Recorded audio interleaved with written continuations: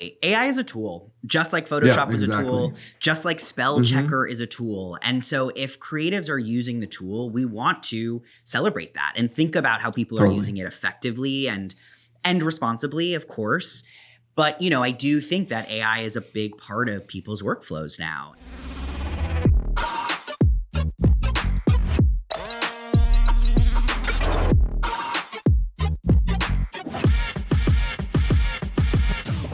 We're back with another episode of This Could Work, the podcast where we celebrate creative risk-taking and those shaping the future of brands.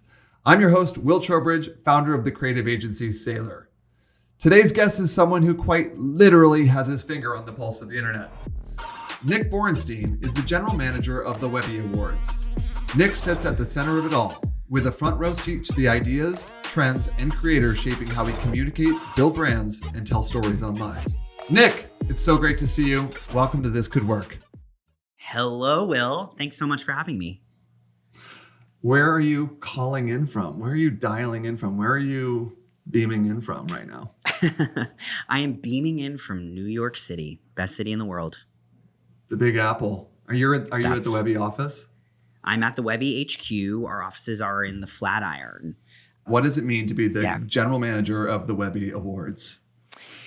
Well, you know, the Webby Awards are the largest and most competitive award for the internet. You are a Webby winner, Will, which is very exciting.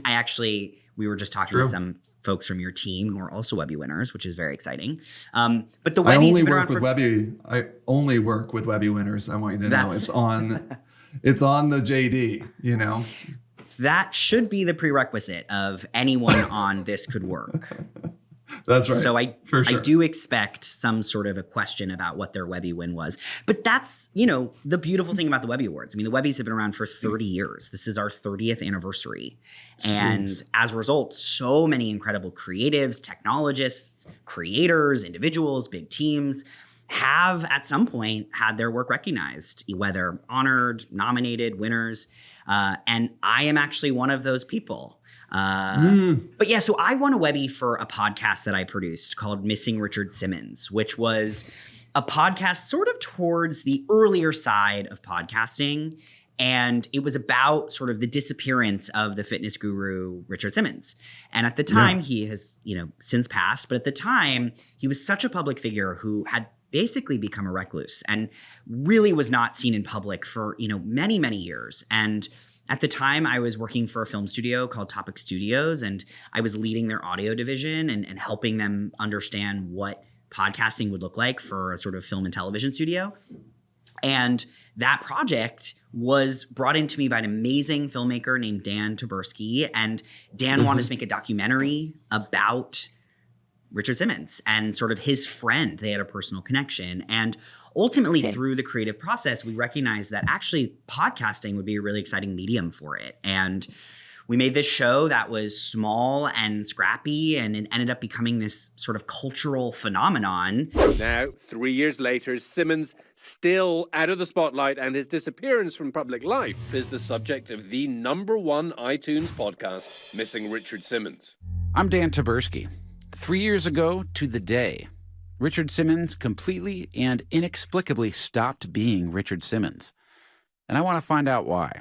And we won a Webby for that show. And it was so meaningful for me, but also Dan and the team, you know, the producers, to have this recognition of their creativity online. You know, the internet is a huge place. So to be able to be recognized for making something special, making something that, you know, changed or broke the internet was really meaningful. Yeah. And so I had that sort of in me as I was working in film and television and audio. And, you know, a couple of years ago, I heard of the opportunity at the Webby Awards and was a fan and was lucky enough to join them, you know, about 2.5 years ago as general manager. What was your kind of experience as a kind of creator yourself, kind of going through that Webby process, and how did you actually go through and end up winning the award itself? Great question. The project premiered, and I will say I was an executive producer. So I worked with amazing producers in Jenna Weiss Berman and Max Linsky and Henry Milofsky, these amazing sort of makers. And we submitted the show and it won that season. And it won particularly what's called a Webby's People's Voice Award, which is an opportunity for the public to vote on your nomination. And so we won the Webby's People's Voice, which was particularly exciting because it's sort of an opportunity for the world, the internet, to say that your project made an impact. And it was really exciting. It was the beginning of the journey in podcasting for Dan, who would later go on and make some incredible Webby recognized shows. Working with Jenna and Max from Pineapple Street, who are incredible producers. Jenna is now the producer of Good Hang by Amy Poehler. So, it was this amazing group of people. And, the Webbies was the perfect place to recognize that project. So you mentioned that, of course, I am a Webby Award winner. I similarly won the People's Choice Award with a few other folks at Netflix for our show Dressing Funny back in 2019, 2020 or something. Hello, I'm Tom Grant and this is Dressing Funny. Each episode I'm dressing some of the funniest people on the planet. But also it's just amazing to see kind of real fandom come out and vote for a creative award and kind of for the people behind the scenes to be able to kind of share that limelight for a bit. It's a really cool thing. I do think that the People's Voice allows for anyone to campaign, for anyone to sort of share their special project to the world. And so, we have seen, yes, Tan and huge celebrities win People's Voice Awards, but we've also seen sort of independent creators or designers or one-person teams win the People's Voice because their project makes an impact. I was going to ask this a bit later, but now that we're talking about like what it takes to win, I'm curious, like I just saw this article the other day about how Warner Brothers spent like $30 million on the collective One Battle After Another and Sinners Oscar campaigns. That's combined, but like $15 million each to win the Oscars. Like what does it take today to win? Like how many millions are creators like Sailor spending to win a Webby Award? Well, it does not take $1 million to win a Webby Awards. I will say that. The Webbies, I think, unlike a lot of other culture awards or advertising awards, it really is about the work. When you submit to the Webby Awards, you submit the links to the work, and the links speak for themselves. Whether it is the video links, the campaign links, you are, of course, welcome to submit as much as you would like. But I think a really strong positioning around your work, whether that is the video you're submitting if you're a creator, the sort of social page or platform you might be submitting if you're, thinking from the brand social side, the website if you're a website maker, if you're in advertising, thinking about the campaign and the best links to sort of set the Academy up to understand this thing that you're making. So I really think the work itself being what guides you, and then allowing your team or yourself to be able to set that up for success. What is that story? What is that positioning? We often get a lot of entrants who will just submit like a random article, or they'll submit, maybe a link about the work, but it's not the work itself. And I think it's so important to ensure that the Academy or the voting public really can immerse themselves in your work and understand what it is that you're trying to do. So I really think it is the everything. Work. Yeah, totally makes sense. And I mean, I actually love what you're saying is like no frills, great creative, great work measured against other great work, great creative out there. We've been doing this for 30 years. And as a result, we have a really, really incredible judging academy, the International Academy of Digital Arts and Sciences. And we work year after year with our academy, with our judges, to integrate really thoughtful sort of voting criteria and really thoughtful ways to look at the work. So also, we've evolved every year. And so the Webbies of today looks at work very differently than the Webbies of 30 years ago. And I think that's important too, right? Making sure that the eyes at which the work is being reviewed feels current and representative of what the internet and success on the internet looks like. So what is 2026 Webby Awards? What makes it different? What is the maybe there's some new categories or a new perspective, or obviously, AI is massive today, and it's bringing up a whole new lens at looking at creative work. Listen, AI is definitely a big part of the Webby Awards this season and sort of how we think about the internet. AI is a huge part of the internet in 2026, and even last year as we were developing the season. And I think for us, the bigger conversation was, how is AI being used creatively? And how do we create benchmarks for when AI is used and how to consider excellence, right? That's what the Webbies are about. The Webbies are about considering what makes something truly excellent on the internet. And we worked really, really, really deliberately and intentionally with AI leaders and experts from across the industries that we honor to really be thoughtful about, well, what does excellence look like? What does excellence look like? To thinking about responsibility, to thinking about productivity, to thinking about efficiency. And, we brought on about 100 new judges specifically focused around AI to be thoughtful about this work and this world. The Webbies represent a really creative group of people. You are a creative, I am a creative, and I think creatives care so deeply about humanity and care deeply about the ability for humans to drive this creativity. And so that was really important for us to think about as we were sort of developing new categories. Totally. AI is a tool, just like Photoshop was a tool, just like spell checker is a tool. And so if creatives are using the tool, we want to celebrate that and think about how people are using it effectively and responsibly, of course. But, I do think that AI is a big part of people's workflows now. And so we do have like best use of AI in video and film categories. We've got best use of AI in websites. We do have these new bespoke AI categories that are around apps and experiences, as well as craft. And I think across all of those, it's a consideration of how people are using this technology to make their work on the internet. Totally. I feel like you're probably so sick of talking about AI. I feel like I have to imagine this is the conversation that is brought up. I mean, the question that is brought up just in general, whenever people are talking about creativity. I think it's a bit tired already, but at the same time, it is an interesting maybe the most interesting evolving kind of conversation in our industry.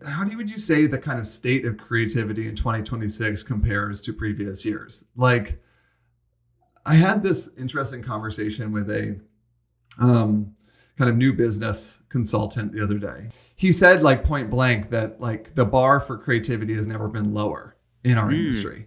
And I think that was an interesting, I didn't dig too much into it, but I thought that was an interesting statement. And maybe speaks to kind of like the perceived disposable nature of like social or digital creative, and like the reactive of most brands today. So I just wanted to get your take on that as a kind of like arbiter of creative, of the bar of creative out there, one of the many. It's like, what's your take on that? What do you think in 2026? Is creative top class today, or is it an evolution of what maybe was the peak of creativity in years past? I think creativity, human creativity, is paramount and is more important than ever in 2026. And I might disagree with that sentiment from someone who said that sort of there's a low bar for creativity. I think audiences now demand a really authentic, creative approach. There's opportunities, of course, where sort of AI is great for scale, or AI is great for, again, like we're saying, this tool. But the best creative comes from an individual. It comes from a team. It comes from someone who has sort of an understanding of culture and can create around that. I think that as humans, we are incredibly messy. And I think as a result, we like that messiness in our creativity. And that is something that AI models really can't understand, right? And so I think that what we are seeing is this really exciting creative boom, because there is such more reliance now on that craft, that human creativity, that understanding that technology is a tool, but ultimately the stories that really resonate are often sort of those really human-driven creativity majorities. One might say the need for true great creative is never greater than it is today, with the amount of noise and the kind of sea of sameness that we're seeing out there with kind of like high quantity, low quality content through these models, and also just through kind of, other tool sets that are not just AI. The need to kind of like break through is greater than ever, especially for in advertising. And also these stories have to be so damn good for them to kind of like garner that earned media attention that we're all looking for. There's just so much access to storytelling tools, and also so many people willing to now tell stories, because the creative bar is so like the means to make that thing have never been easier. So everyone's just saying everything all at once, and the best has to rise to the top. And I think that there is something about, we have seen at the Webby is like really culturally relevant work tracks and really sort of travels. When you can do something that sort of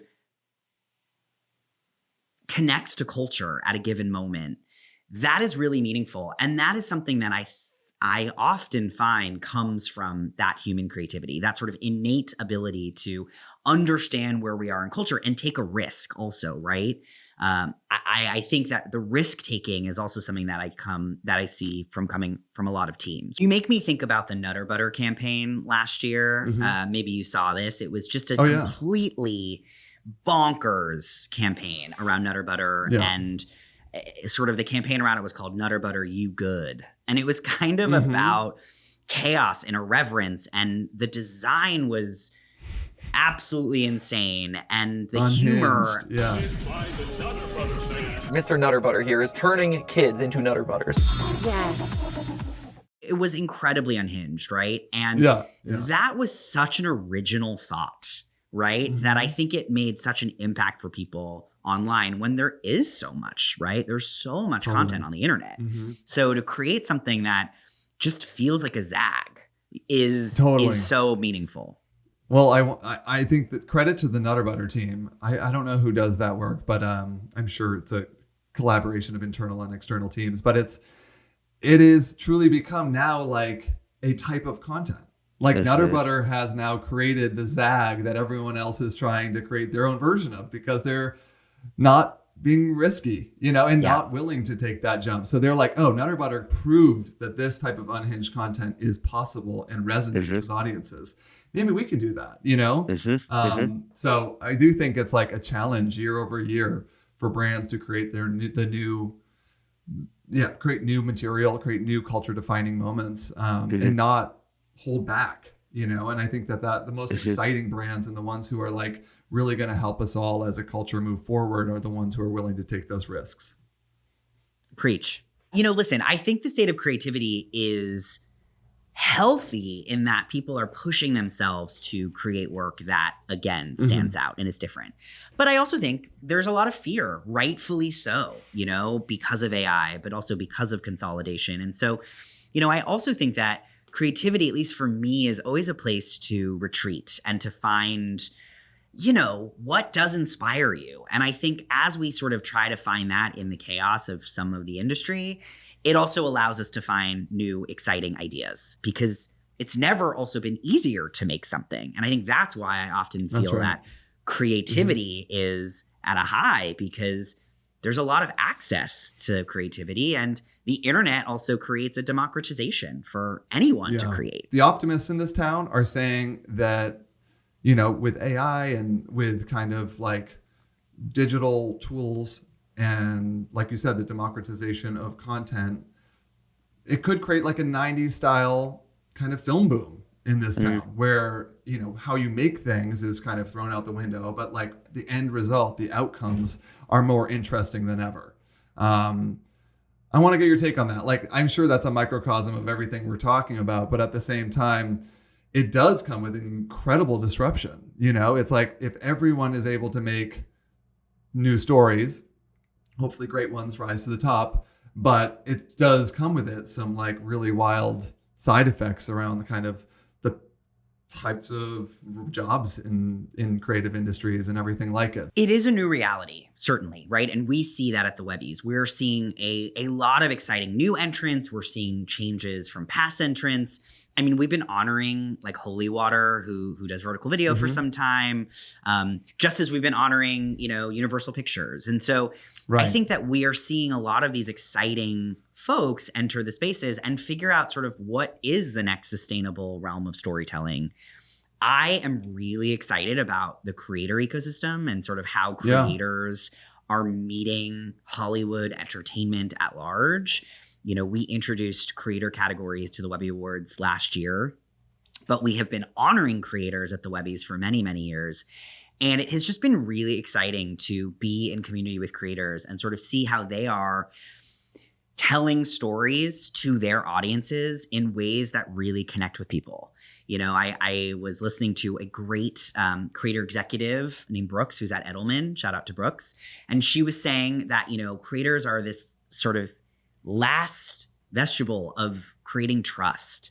We trust creators so intimately in a way that we may not trust the brands as much as we did anymore. And so I'm just really sort of keeping my eyes on sort of where creators, those who are making work for social media, are interfacing with all these new industries. That's really exciting to me.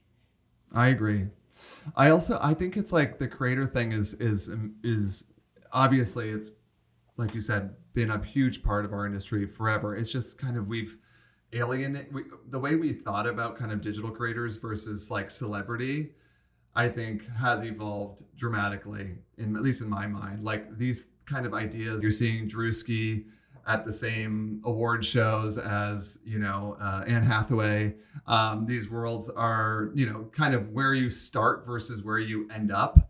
You end up at the same level. It's like, it's really just about attention and impact and kind of reach. And I think at the end of the day, these creators, you can come from anywhere now and reach that level. All these worlds are completely merging into one kind of world again, where everyone is kind of evaluated at the same level. It's not about form factor or platform, but it's really about reach, impact, and of course, like value. And I do think that getting back to what you said about creators having more trust, they have to manage their own brand. They are the brand. So like if they mess up, that means that they have something to lose versus like a brand or studio. Totally. And not to, just continue to parrot the great words of Brooks from Edelman, but she also mentioned that, creators, their shareholders are their audience, unlike a brand that has shareholders. Like the shareholders are really your immediate audience. And I think there's a lot of power in that because, especially as the internet becomes so much more fragmented, I think that the folks who really understand their audience and can really connect with them authentically and communicate with them means so much. And we see that often. We've been able to sort of track that through our creator categories. I mean, we've honored Mr. Beast. We honored Tyler Oakley up to last year honoring Amelia DeMoldenberg and Jake Shane. We sort of see these people really connecting with their fandoms. And that is something that I think, oftentimes traditional agencies, brands, studios have a harder time doing. I think trust is the name of the game in the internet in 2026. It's about how can people build trust with their audiences. I know we both talked about how AI can sometimes feel exhausting as a conversation piece, but I think for us, we've thought a lot about where does sort of trust live in the AI conversation? Where does trust live in the internet conversation? Because in so much of our research, we, do a lot of research, both of our community.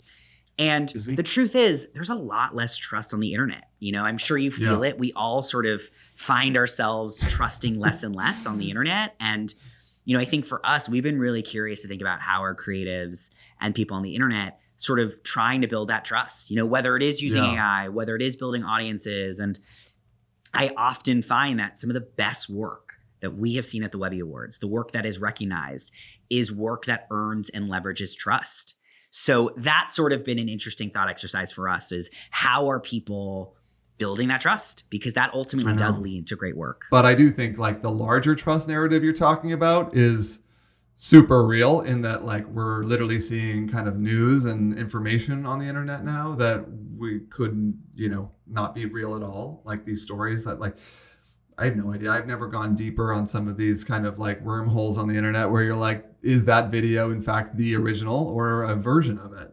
So I think that like clarity and trust, like you said, is going to be top of mind for all future generations when it comes to internet and social media. But I hope that creative outcomes are still really what is, creative awards are measured on, rather than the tool set used or really anything else in that matter. If the story and the brand is or storyteller is showing up authentically, they should get credit for that. Well, Nick, I feel like we just went down a absolute wormhole of AI and trust and everything in between. I'm super excited for the Webbies this year. Do you have any sort of like tips for anyone submitting this year, or just any creatives out there who love to be a Webby winner? What would you say to those people, and what tips could you share to help them kind of potentially win? The first tip is enter. You only get recognized for a Webby Award if you enter. And I think sometimes people don't always know that, that the Webbies is sort of a self-submitting process. So, you go to webbyawards.com, you look at our categories, you submit. It's pretty turnkey, and we do try to make sure that is. And that's all you do. That's all you do. But, the Webby Awards are a pretty broad award. The internet is broad. There's so many facets. We launched in 1996 honoring websites, just websites, because that's all the internet was. And, cut to 30 years later, we still honor websites, but we also honor advertising. We honor social media. We honor video and film, podcasts, social media, apps and software, immersive experiences, creators. This year, we now have these dedicated suite of recognitions for AI. So I also think it's about kind of knowing what your craft is, knowing sort of the area of your expertise, and finding the right category. We do have quite a few, but we're really thoughtful about those categories and making sure that, they represent what the internet is today. And, whether that is, I'm a filmmaker. So a couple years ago, we introduced an independent short film category, which had never existed. We this year launched a suite of creator business categories, which was all about sort of how agencies and brands are working with creators. So every year we evolve the competition. And we open, the Webby Award season opens in the fall. And I highly recommend people take a look at our website, take a look at our new categories, reach out to our team if there's any questions. Like I said earlier, sometimes, it's about positioning, and it's also about sort of finding the right categories for you. Right. And I have a great team that sort of can help to look at your work and make recommendations, because I think that also makes a difference. Yeah. Yeah, you want to be viewed against your kind of true competitive set, rather than like, hey, I made a movie, and you're like, wait a second, there's like 15 different film categories here. Let me submit to all of them. It's about going in and really being clear with the kind of, and understand where your kind of content and creativity fits within the larger matrix. Yeah. And I would say, considering, the value of the award for you, the Webby Awards are a really special opportunity, to recognize your work. It's a great opportunity to build your career. It's a great opportunity to sort of get talent, for those of you who are, hiring for roles. It is not just a fun statuette to have. It is really an opportunity to sort of tell the world that your work made an impact on the internet. We do a lot of surveys of our community year after year, and something like 80% of Webby winners said it led to new business. And so that's another opportunity. Like, we're always eager to be able to support a creative on the internet's career beyond the Webby. How can we bring you into our community and find you more opportunities?